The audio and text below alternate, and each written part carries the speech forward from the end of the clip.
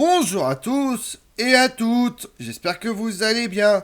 Aujourd'hui on s'intéresse à Charles Quint, célèbre pour avoir été l'un des souverains les plus puissants d'Europe au XVIe siècle, régnant sur les Pays-Bas, la Castille, l'Aragon et le Saint-Empire romain germanique, maître d'un immense empire sur lequel le soleil ne se couche jamais. Charles Quint cumule sur sa tête 17 couronnes. Non seulement il fut le premier monarque à disposer d'un empire situé dans le Nouveau Monde, mais il fut également l'heureux bénéficiaire d'une cascade d'héritage qui le place à la tête d'un immense domaine en Europe.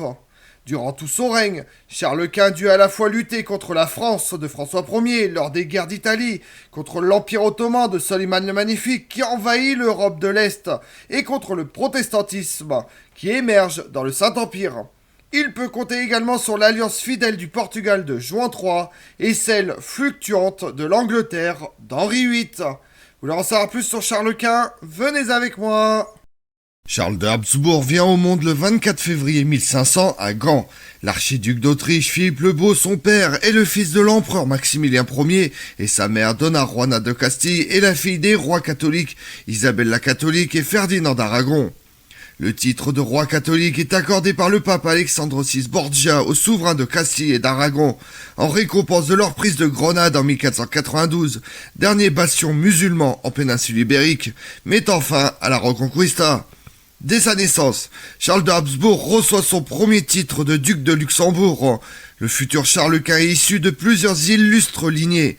Ses grands-parents maternels sont Isabelle la catholique, reine de Castille, Ferdinand II, roi d'Aragon et de Sicile. Si les couronnes s'unissent par le mariage, leurs territoires ne fusionnent jamais, restant chacun indépendant des uns des autres avec leurs propres lois et juridictions. Pourtant, ces deux personnages engagent le processus d'expansion et introduisent l'idée impériale qui prend forme avec leur petit-fils. Charles Quint est destiné par sa naissance à un immense héritage territorial. Par sa naissance, Charles de Habsbourg est appelé à un grand avenir dont l'héritage va dépasser toutes les espérances. Pour entourer le nouveau-né, on retrouve plusieurs personnalités de très haut rang, représentant les différents héritages et territoires, dont le futur Charles Quint est destiné à régner. Après la disparition de leur fils unique, le prince Don Juan de Trastamare, en 1497, et l'année suivante celle de leur fille aînée, Donna Isabelle d'Aragon, épouse de Manuel Ier le Fortuné, roi de Portugal. Les rois catholiques doivent également déplorer en juillet 1500 la disparition, à 2 ans, de l'enfant Don Miguel, seul enfant issu du mariage, et sur lequel reposait leur rêve d'union des couronnes portugaises et espagnoles. Charles Quint devient à la mort de son grand-père l'empereur Maximilien Ier, archiduc d'Autriche, ce qui lui ouvre la voie de la succession à la couronne du Saint-Empire romain germanique.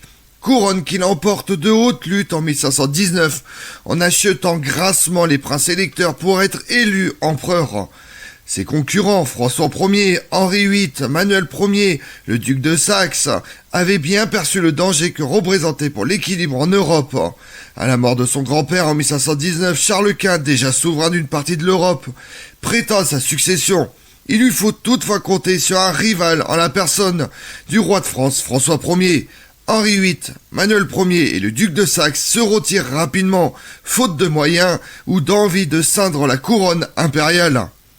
Ce dernier a dépensé pas moins de 400 000 écus, soit 1,5 tonne d'or pour acheter les voix des 7 électeurs, le prince archevêque de Trèves, de Mayence et de Cologne, le roi de Bohême, le duc de Saxe, le comte palatin du Rhin et le margrave de Brandebourg.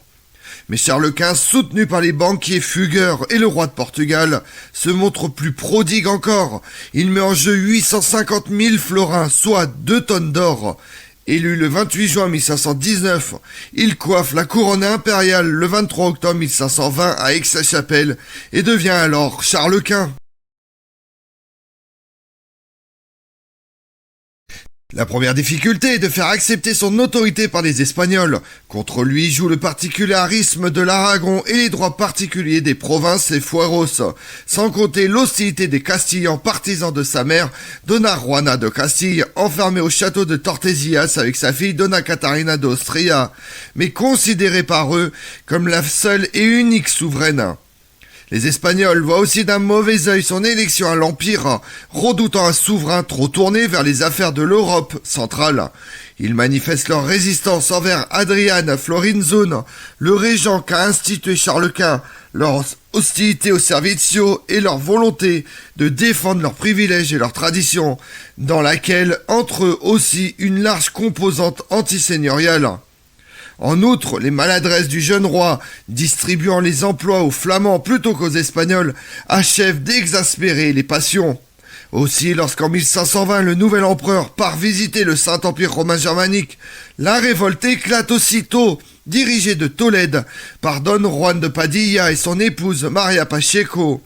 Cette révolte, dite des Comuneros, est à la fois aristocratique et populaire. Les insurgés sont vaincus à Villalara en 1521 et Don Juan de Padilla est exécuté. Adrian Florinzone est l'artisan de cette victoire. Lorsque l'empereur revient en 1522, accompagné d'un nouveau chancelier Mercurino Gattinara, il peut y imposer un pouvoir qui ne sera désormais plus contesté et se consacrer aux grands problèmes de politique extérieure, ceux posés par l'Empire et la Réforme, et ceux issus de ses luttes contre la France. En 1519, il s'est heurté à François Ier à propos de l'élection impériale. Le roi de France n'a pas seulement pour objectif sa gloire personnelle, mais aussi des raisons impérieuses. Les possessions de Charles Quint encerclent la France. Mais la réalité politique de l'empire de Charles Quint est assez différente des apparences. Car malgré ses efforts, l'empereur est considéré dans l'empire comme un étranger. La trop grande étendue de ses possessions, comme leur diversité, sont une cause de faiblesse que saura exploiter le Valois. La France, seul royaume assez puissant pour s'opposer à son hégémonie, est encerclée et vouée, semble-t-il, à un démantèlement rapide. Charles Quint, souhaitant récupérer les éléments de l'héritage bourguignon annexé par Louis XI à la mort de Charles le Téméraire, duché de Bourgogne, Picardie, la lutte avec la France n'a pas seulement des enjeux matériels, il s'agit aussi de deux idéaux politiques qui s'affrontent. D'une part, l'antique rêve impérial hérité des Hohenstaufen et de Charlemagne, de l'autre, celui d'une conception nationale de l'État, dont la France est le champion. Le conflit avec la France commence en 1521. Les Français victorieux au-delà des Pyrénées sont battus dans les Pays-Bas. Le roi d'Angleterre, Henri VIII, se déclare pour Charles Quint, qui bénéficie aussi du soutien du pape et du roi de Portugal, Juan III. La trahison du connétable Charles de Bourbon compense l'échec de l'empereur en Provence. Voulant renouveler en Italie les exploits de Marignan, François Ier est fait prisonnier à Pavie en 1525 et conduit en Espagne. Il y signe l'année suivante le traité de Madrid pour obtenir sa libération. Il consent alors à restituer la Bourgogne et ses droits sur la Flandre et l'Artois. Sur ces trois derniers points, le traité ne sera jamais exécuté, mais l'occupation du Milanais livre à l'empereur une riche place banquière, un centre industriel de première importance, métallurgie d'armement, dont il fait également une plaque tournante, assurant les liaisons impériales entre le Saint-Empire romain germanique et ses possessions italiennes. Le roi de France compte à juste titre avec l'effroi suscité en Europe par la trop grande puissance de son ennemi. Bientôt, le pape, Clément VII, se met à la tête d'une ligue composée des principaux États d'Italie, mais cette intervention n'aboutit qu'au sac de Rome par les soldats du connétable Charles de Bourbon le 5 mai 1527. Cependant, Henri VIII à son tour se rapproche de François Ier. La paix des dames en 1529 consacre l'échec de Charles Quint. Mais déjà, d'autres difficultés éclatent. L'élan de la réforme ne peut être brisé. Bien qu'Erasme de Rotterdam, malgré la sympathie qu'il témoigne à Luther, se soit toujours refusé à rompre avec Rome. La mise au banc de l'Empire de Luther et sa condamnation par la diète de Worms, réunie par Charles Quint en avril-mai 1521, n'arrêtent pas la réforme. Bien que condamné par Luther, des troubles sociaux inspirés par ses idées éclatent dans les classes pauvres du Saint-Empire romain germanique, au sud et à l'ouest, avec la guerre des paysans 1524-1525.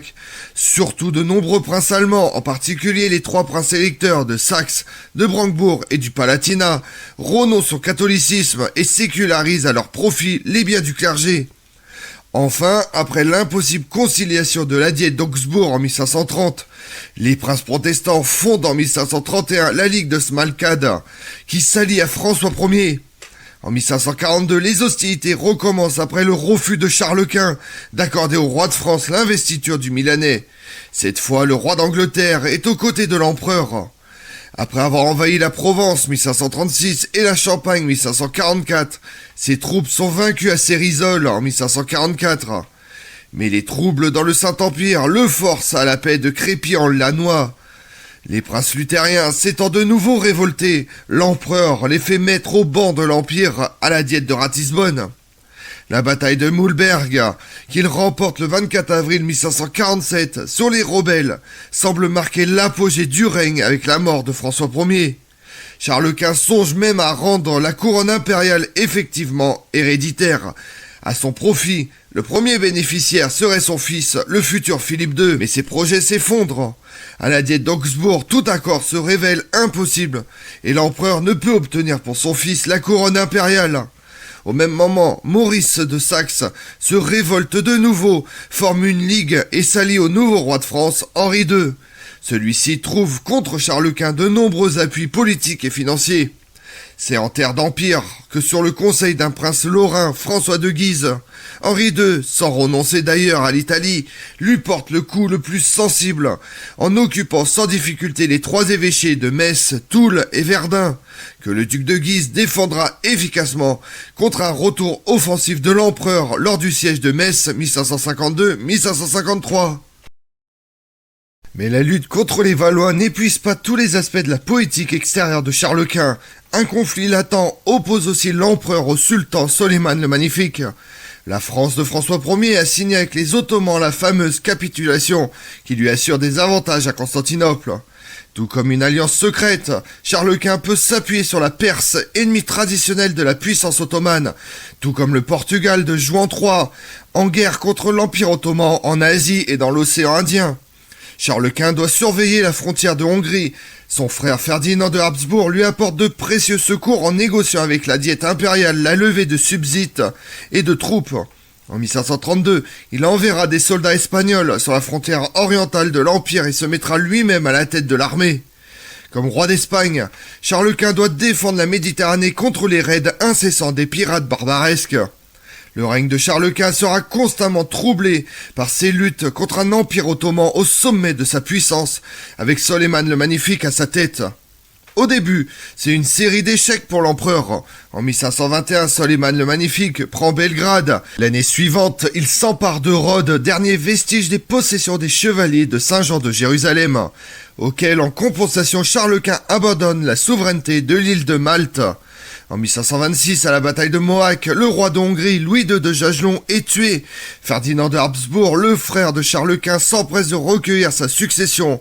Mais un compétiteur, Jean de Zapolia, prince de Transylvanie, obtient l'aide de Soleiman le Magnifique en échange de sa soumission, et peut ainsi obtenir la plus grande partie du pays. Un redressement partiel s'opère en 1529, lorsque Soleiman le Magnifique est arrêté sous les murs de Vienne, la capitale des possessions des Habsbourg. Le conflit se déplace alors en Méditerranée occidentale. François Ier a recours au service des vaisseaux ottomans ou ceux des barbaresques. Celui-ci s'étant emparé de Tunis en 1534, Charles Quint entreprend une grande expédition contre lui en 1535 avec l'aide du Portugal, du pape, des chevaliers de Saint-Jean de Jérusalem. La mort de Jean de Zapolia en 1540 provoque une nouvelle avancée en Hongrie. Soleiman le Magnifique occupe toute la partie centrale avec Buda qui devient une principauté vassale où règnent les successeurs de Jean de Zapolia. Au même moment, les armées impériales essuient une sévère défaite à Alger en 1541. Les Ottomans auront dès lors la prépondérance maritime en Méditerranée pour de longues années. Plusieurs places stratégiques d'Afrique seront perdues pour les chrétiens. Tripoli, dont s'empare le corsaire Dragut en 1551, Pennon en 1554, Bougie en 1555. Deux événements marquent l'année 1555. En premier lieu, la mère de Charles Quint, Donna Juana de Castille, meurt le 11 avril 1555. En deuxième lieu, la signature de la paix d'Augsbourg le 25 septembre lui laisse un sentiment d'échec face aux princes protestants de l'Empire. De plus, il est physiquement affaibli par la vieillesse à l'âge de 55 ans et les maladies, asthme, état diabétique, hémorroïdes, pathologie fréquente à une époque où l'on voyage à cheval et tourmenté par sa mélancolie. Par ailleurs, les victoires de ses armées à Sienne et Guimée le 15 juillet 1555, ainsi que la présence à ses côtés de Philippe de Habsbourg venu d'Espagne aux Pays-Bas, lui donnent l'impression que son pouvoir est suffisamment établi pour qu'il puisse procéder immédiatement à la renonciation de ses titres.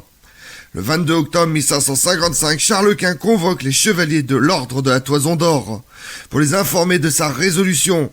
Il renonce à sa qualité de chef et souverain de l'ordre et fait promettre aux chevaliers de servir son fils Philippe de Habsbourg, arrivé à Bruxelles à l'issue d'un tour d'Europe de 2 ans. 3 jours plus tard, devant les États généraux réunis à Bruxelles, il abdique solennellement ses couronnes néerlandaises, où il fait le décompte des voyages incessants qu'il a consentis pour le bien de ses pays et de la chrétienté, avant de faire reconnaître Philippe de Habsbourg comme le nouveau souverain des Pays-Bas. Le 16 janvier 1556, alors qu'il se dirige vers l'Espagne pour s'y retirer, il transmet à Philippe de Habsbourg son héritage espagnol. En 1558, il lui cède le comté de Bourgogne, fief impérial qui fait partie du cercle de Bourgogne. Dès 1556, Charles Quint est décidé à abandonner la charge d'empereur, ce qu'aucun de ses prédécesseurs n'a fait jusqu'à là, mais au profit de son frère Ferdinand de Habsbourg. Il est donc nécessaire que celui-ci se mette d'accord avec les princes électeurs au nombre de 7 pour avoir la certitude d'être élu. C'est le 8 août 1556 que Charles Quint autorise formellement Ferdinand de Habsbourg à mener ces négociations, ce qui représente une forme d'abdication. Ce processus est désapprouvé par le pape Paul IV. Malgré cela, Ferdinand de Habsbourg obtient après de longues délibérations l'accord des princes électeurs réunis à Francfort le 24 février 1558. Il devient alors officiellement empereur des Romains. Paul IV persiste dans son refus de reconnaître l'élection qui n'est entérinée que par son successeur, Pie IV. Il se retire le 3 février 1557 au monastère hiéromite de Yuste en Castille. L'ancien empereur assiste donc à ses propres funérailles organisées par lui-même. Le soir même, il se sent mal et confie à son entourage se sentir indisposé. Certains n'hésitent même pas à dire qu'il est tombé malade lors de la messe. Il meurt le 21 septembre 1558, âgé de 58 ans. Comme on l'a vu, le futur empereur Charles Quint, du fait de la mort prématurée de ses parents et de l'héritage de ses grands-parents, l'empereur Maximilien Ier de Habsbourg, il va au gré des héritages et alliances matrimoniales réunir sur sa tête des couronnes de toute l'Europe, qui en feront le souverain le plus redouté du XVIe siècle. Le soleil ne se couchait jamais sur ses possessions, celles-ci s'étendant sur toute la surface du globe. Puissance agrandie et possession augmentée par son fils le tout-puissant Philippe II, roi d'Espagne. Je vous remercie d'avoir suivi cette vidéo en ma compagnie. Si vous voulez connaître mes autres vidéos, retrouvez-moi chaque matin à partir de 6h45 sur ma chaîne YouTube Tout sur l'Histoire avec Damien, mais également sur les réseaux sociaux, Twitter et Instagram, Histoire Damien. Et pensez à liker, commenter et vous abonner. Je vous remercie à tous.